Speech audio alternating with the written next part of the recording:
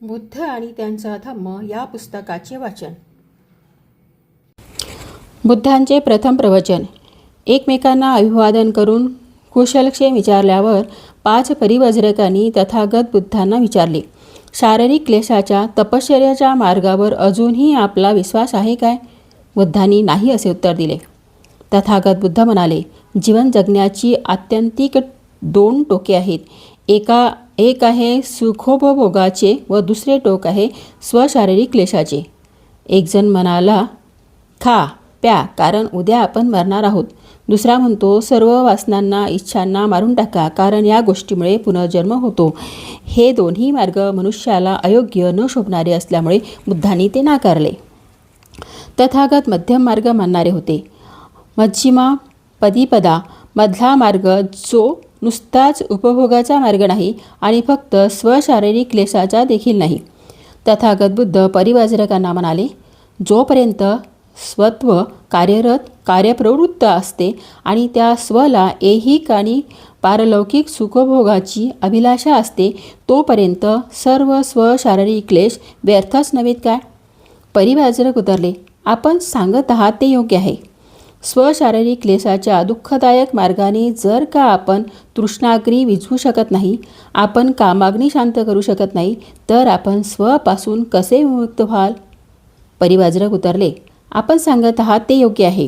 जेव्हा तुम्ही स्वला जिंकाल तेव्हाच तुम्ही तीव्र काम विषय तृष्णेपासून मुक्त व्हाल. मग तुम्हाला ऐहिक सुखोपभोगाची लालसा राहणार नाही आणि नैसर्गिक इच्छांच्या तृप्तेमुळे समाधानामुळे तुमच्यामध्ये अकुशलता, मलिनता, दोष निर्माण होणार नाही. शारीरिक आवश्यकतेनुसार, गरजेनुसार तुम्ही खाल्ले पाहिजे आणि प्यायले पाहिजे. सर्व प्रकारची इंद्रियजन्य विषयलोलुपता, विषयभोगासक्ती ही दुर्बल, कमजोर करणारी उत्तेजक असते. कामासक्त आपल्या कामवासनांचा गुलाम बनतो. सर्व प्रकारच्या सुखोपभोगाच्या शोधात भटकणे हे अंधपतन करणारे अश्लील असते. तथापि तुम्हाला सांगणे आहे की जीवनाच्या स्वाभाविक गरजांची समाधानकारक पूर्तता करणे हे वाईट नव्हे. शरीराचे आरोग्य राखणे हे आपले कर्तव्य आहे. नाहीतर तुम्ही तुमचे मन सुदृढ आणि स्वच्छ स्पष्ट ठेवू शकणार नाही आणि प्रज्ञेचा प्रदीप प्रज्वलित राखू शकणार नाही. हे परिवज्रक, ही गोष्ट समजून घ्या की ही 2 आत्यंतिक टोके अशी आहेत की त्यांच्यापासून मनुष्याने नेहमी दूर राहिले पाहिजे. एक टोक म्हणजे काम वासनेच्या तृष्णेमुळे ज्या गोष्टीचे आकर्षण होते त्या विषयालोलुपतेत डुंबत राहणे. तृप्ती मिळविण्याचा हा मार्ग हलक्या दर्जाचा, रानटीपणाचा, अयोग्य आणि हानिकारक आहे. दुसरे टोक म्हणजे स्वशारीरिक क्लेश.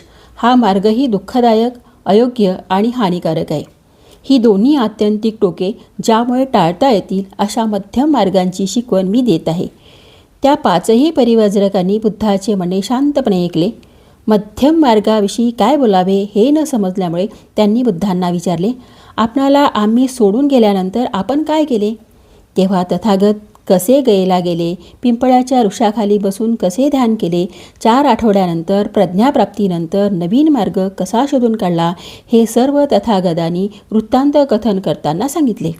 तो मार्ग कोणता हे जाणून घेण्यास ते परिवज्रक अधीर झाले व मार्ग स्पष्ट करून सांगण्याविषयी त्यांनी बुद्धांना प्रार्थना केली. तथागत बुद्धांनी त्यांची प्रार्थना स्वीकारली. सुरुवातीलाच बुद्धांनी सांगितले की आपला जो धम्म आहे त्याचा ईश्वर व आत्मा यांच्याशी काही संबंध नाही. मरणोत्तर जीवनाशी कसलाही संबंध नाही. त्याचबरोबर कर्मकांडाशी काही देणे घेणे नाही. माणूस आणि माणसाचे माणसाशी या जगातील नाते हा बुद्धाच्या धम्माचा केंद्रबिंदू आहे. आपल्या धम्माचे हे पहिले अधिष्ठान आहे. मानवजात दुःखात, दैन्यात व दारिद्र्यात जगत आहे. हे बुद्धाच्या धम्माचे दुसरे तत्व होय. हे जग संपूर्ण दुःखाने भरलेले आहे आणि जगातील मनुष्याचे दुःख नष्ट करणे हा एकमेव उद्देश बुद्धांच्या धम्माचा आहे. यापेक्षा दुसरे तिसरे काहीही नाही. दुःखांचे अस्तित्व मान्य करणे आणि ते दुःख नष्ट करण्याचा मार्ग दाखविणे हाच महाकारुणिक तथागत बुद्धाच्या धम्माचा पाया आहे. आणि हाच केवळ फक्त धम्माचा पाया आणि धम्माचे समर्थन होऊ शकते जो धर्म या प्राथमिक गोष्टींना ओळखत नाही, स्वीकारत नाही, तो धर्मच नव्हे. जगातील दुःख आणि दुःखापासून मुक्तीचा उपाय हा धम्माच्या बाबतीत मुख्य प्रश्न आहे. हे ज्या ब्राह्मणांना समजत नाही ते खरे तर श्रमण व ब्राह्मण नव्हेतच. अशा श्रेष्ठांना जीवनातील धम्माचा खरा अर्थ समजत नाही. यानंतर परिव्राजकांनी बुद्धांना विचारले, दुःखाचे अस्तित्व स्वीकारणे व दुःख नाहीसे करणे हाच जर आपल्या धम्माचा पाया असेल तर आपला धम्म दुःख कसे नाहीसे करतो ते कृपा करून सांगा.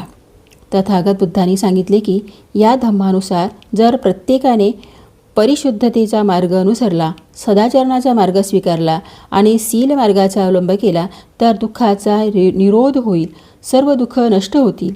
आणि बुद्धांनी पुढे सांगितले की अशा धम्माचा बुद्धांनी आविष्कार केला आहे. असा धम्म बुद्धांनी शोधला आहे.